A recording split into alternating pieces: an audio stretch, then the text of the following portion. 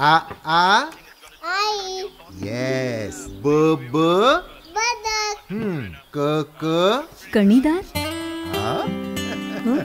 ख ख खमंग. ग ग गोकुळ तू. हा. अगदी घरच्यासारखं.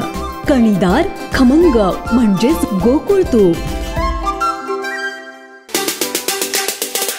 काल मी जे काय बोललो तो काल आता विषय संपलेला आहे. आता आपल्याला नव्याने काल मी जे सांगितलं माझ्या मनातला उद्रेक होता तो काल आला बाहेर. आता याच्यानंतर मला कोणावरही टीका टिप्पणी करायची नाही. मला फक्त या भागातल्या लोकांना जे काही प्रॉमिस केलं आहे, हे या भागातल्या लोकांना जे काही विकासापासून लांब राहिलेत, या भागातले लोकांना नोकरीपासून लांब राहिलेत, आरोग्यापासून लांब राहिलेत, शेतकऱ्यांनी आक्रोश कसा केला आपण सर्वजण साक्षीदार आहोत. या सगळ्या गोष्टीला न्याय मिळवून द्यायचा आहे. म्हणून आत्ता टीका टिप्पणीत गुंतण्यापेक्षा मला जे काय करायचं आहे ते लोकांच्या समोर मला घेऊन जायचं आहे. हरकत नाही. धन्यवाद. आभारी आहे मी. बघा, उमेदवारी मिळेल न मिळेल ही शेवटी जे आमचे प्रमुख आहेत ते या ठिकाणी ठरवतील, आघाडीतले लोक ठरवतील. मी एकदा निर्णय घेतला, मी काल सांगितलं मी कशाला निर्णय घेतला, मला त्या गोष्टीत पुन्हा बोलायचं नाही. आत्ता एकदा 2005 नंतर मला पुन्हा एकदा संधी या माध्यमातून मिळाली चूक सुधारण्याची. मी पुन्हा सांगतो की काल काहीतरी गैरसमज काँग्रेसच्या मंडळींचं झालं म्हणून मुद्दा मी या ठिकाणी नमूद करेन की माझा बोलण्याचा उद्देश तो नव्हता. वेगवेगळे चॅनेल होते, वेगळे चॅनेल मुलाखती घेत होते. मलाही माहिती नव्हतं की इतके मुंबईत माझी वाट प्रवेशासाठी बघत होते.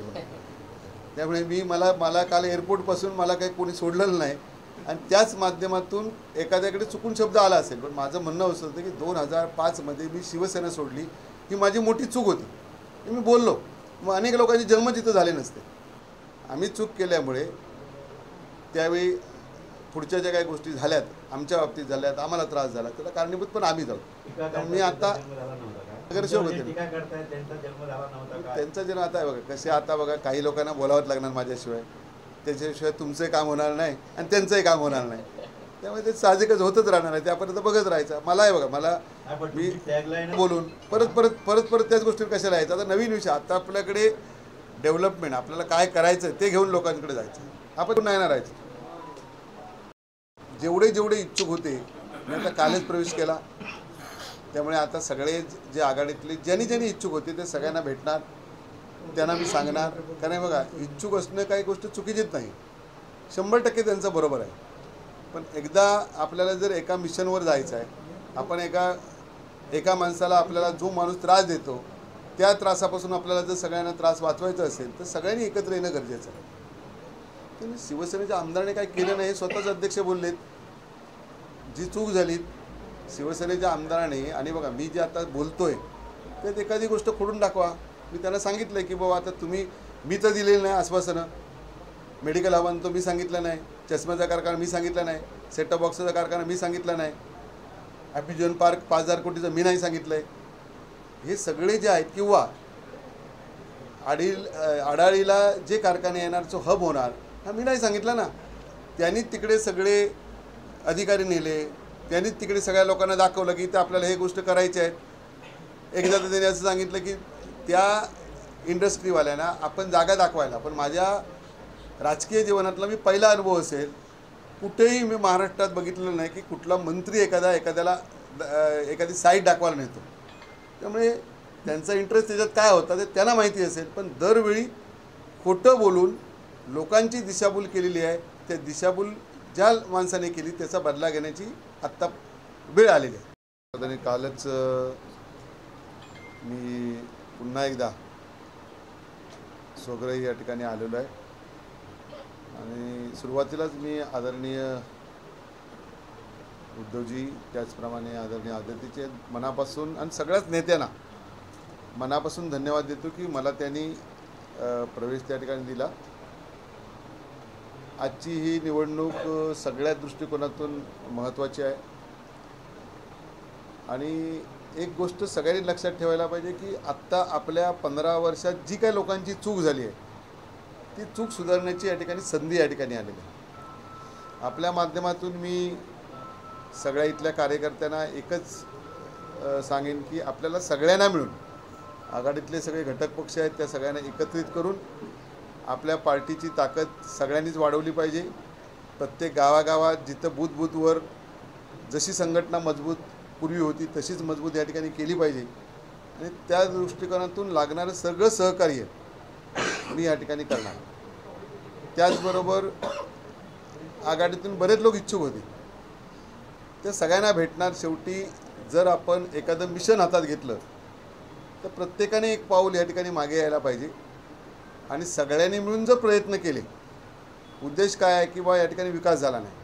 उद्देश काय आहे तर 20 वर्षात इथल्या केसरकरनी काही केलेलं नाही आणि त्याहीपेक्षा सगळ्यात महत्त्वाचा उद्देश सगळ्याच म्हणजे राष्ट्रवादीचा असेल, विशेष करून अजून शिवसेनेचा जास्त असेल की ज्या केसरकरनी गद्दारी केली त्यांना धडा शिकवायचा आणि याच माध्यमातून तो धडा शिकवत असताना आम्हाला आता जास्त टीकेत जाण्यापेक्षा आता काम करायचं. आणि ते काम कुठलं आहे तर इथल्या सर्वसामान्य जे शेतकरी आहेत, जे बागायतदार आहेत, ज्या काजूबीसाठी पहिल्यांदाच आज रस्त्यावर आलेत. यापूर्वी कधीच कोकणातला शेतकरी असा रस्त्यावर आलेला नव्हता.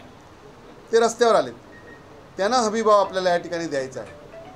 त्याचबरोबर इथल्या रानटी जनावरांचा जो त्रास आहे, हत्ती असेल, त्या ठिकाणी गवरेडे असतील, माकडं असतील, सगळ्यांचाच जो त्रास आहे तो त्रास आपल्याला या ठिकाणी त्यांचा कमी करायचा आहे. याचं कारण असं आहे की केसरकर हे ह्या खात्याचे राज्यमंत्री पण होते, वनराज्यमंत्री पण होते.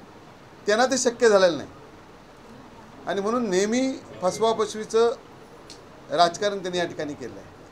तिसरा सगळ्यात महत्त्वाचा विषय जो सगळ्या ह्या जिल्ह्यातल्या तरुण तरुणींच्या दृष्टीने महत्त्वाचा आहे,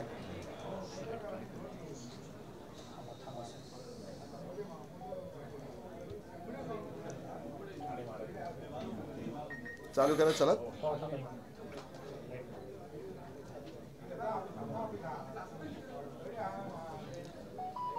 सगळ्यात महत्त्वाचा जो विषय आहे तो इथल्या तरुणांच्या तरुणींच्या 2 हाताला काम देणं.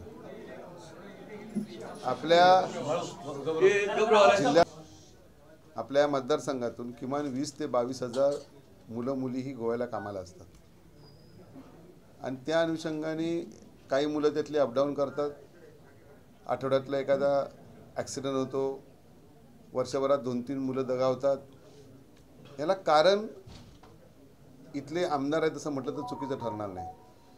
15 वर्षात त्यांनी एकही प्रयत्न एखादा कारखाना यावा, एखादी फॅक्टरी यावी अशा प्रकारचे प्रयत्न झालेले नाहीत. निवडणुका दरवेळी आल्या की वारेमाप आश्वासनं द्यायची. आत्ताच त्यांनी 8 दिवसापूर्वी आम्ही तिथं मेडिकलचं हब करणार म्हणून सांगितलं. 20 लोक लाईनीत आहेत म्हणून सांगितलं. आम्ही शोधतोय ते अजून कुठं झालेलंच नाहीत.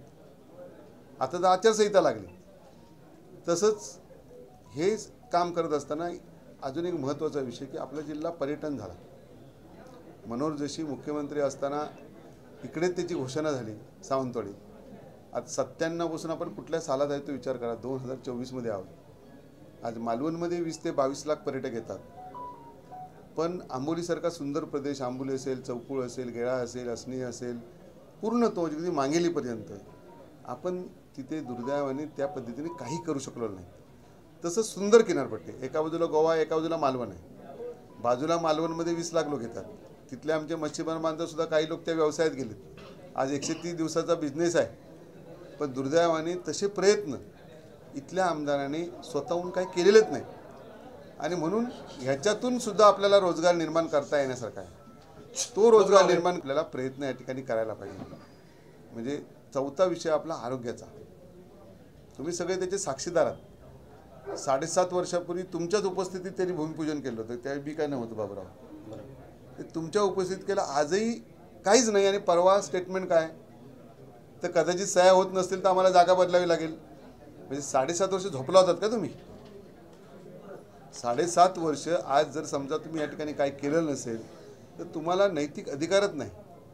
त्यामुळे आता हे जे 4 प्रामुख्याने प्रश्न आहेत हे आपल्याला पुढे घेऊन जायचे आहेत. आता टीका टिप्पणी ह्या सगळ्या गोष्टी आता बंद. जे काय झालं नाही ते लोकांना सांगावंच लागेल आणि म्हणून हे सगळं जर बदलायचं असेल तर सगळ्यांनी एकत्र राहून, सगळ्यांनी एकत्र करून आपल्याला या ठिकाणी आमदार आणावाच लागेल. ही एक गोष्ट सगळ्यांनी लक्षात ठेवायला पाहिजे. त्याचबरोबर मी भारतीय जनता पक्षातल्या सगळ्याच कार्यकर्त्यांना, म्हणजे मी आज जरी शिवसेनेत आलेलो असलो तरी आमचं सगळ्यांचं मिशन एकच आहे. मिशन काय आहे की केसरकरी मिशन आहे. आणि माझा स्वभाव माहिती आहे की मी कधीच कुठल्याही पक्षाचा माझ्याकडे कार्यकर्ता आला तर मी त्याला माझ्याकडनं होणारी सगळी मदत मी करत आलेलो आहे. त्यामुळे सगळ्यांना विनंती करेन, मी कालच आमच्या नेत्यांची जाहीर माफी मागितलेली आहे. आमचे जे भारतीय जनता पक्षाचे वरिष्ठ सगळे नेते आहेत त्यांची जाहीर माफी मागितली आहेत. कारण काय, मला नाईलाजाने हा निर्णय या ठिकाणी घ्यावा लागलेला आहे. याचं कारण असं आहे, ती कारणं मी काल दिलेली आहेत, पुन्हा मी त्या कारणात जाणार नाही. फक्त याच माध्यमातून भारतीय जनता पक्षाच्या सगळे कार्यकर्ते, सगळ्याच पक्षाच्या कार्यकर्त्याला मी विनंती या ठिकाणी करणार आहे की आपल्याला जे काय मिशन आपण हातात घेतलेलं होतं, ज्या मळगाव ग्रामपंचायतीचा अनुभव आपल्या नजरेसमोर आहे, आपल्याकडे अनेक काही तिथल्या ग्रामपंचायती आहेत, त्या आता मी बोलणार नाही, काही आमच्याकडे वेगळ्या माध्यमातून आहेत, पण जवळजवळ 5 ते 7 ग्रामपंचायती ह्या आमच्या मतदारसंघातल्या अशा आहेत की त्या केसरकरने एक तर वाचवलेल्या आहेत. केसरकरने एक तर त्यांना अगदी कमिशनरपर्यंत नेऊन तिथे त्या ग्रामपंचायत सरपंचांची वाट लावलेली आहे, हे डोळ्यासमोर आहे. आणि म्हणून आत्ता आपल्याला सूड उगवण्याची एक संधी आहे. ह्या माध्यमातून एक संधी आहे. इथे काय कमळाच्या निशाणीवर उमेदवार नाही आहे. त्यामुळे माझी सगळ्याच कार्यकर्त्यांना विनंती आहे या माध्यमातून की आपल्याला हे मिशन सक्सेस करायचं आहे. आणि हे मिशन सक्सेस करण्यासाठी सगळ्याच पार्टीच्या लोकांनी मदत करावी, अशा प्रकारची विनंती आपल्या माध्यमातून मी त्यांना. आमचे दिवसभरातले सर्व अपडेट्स, ताज्या घडामोडी आणि थेट लाईव्ह पाहण्यासाठी सबस्क्राईब करा, लाईक करा कोकणचं नंबर 1 महा चॅनल कोकण 7 लाईव्हचं YouTube चॅनल.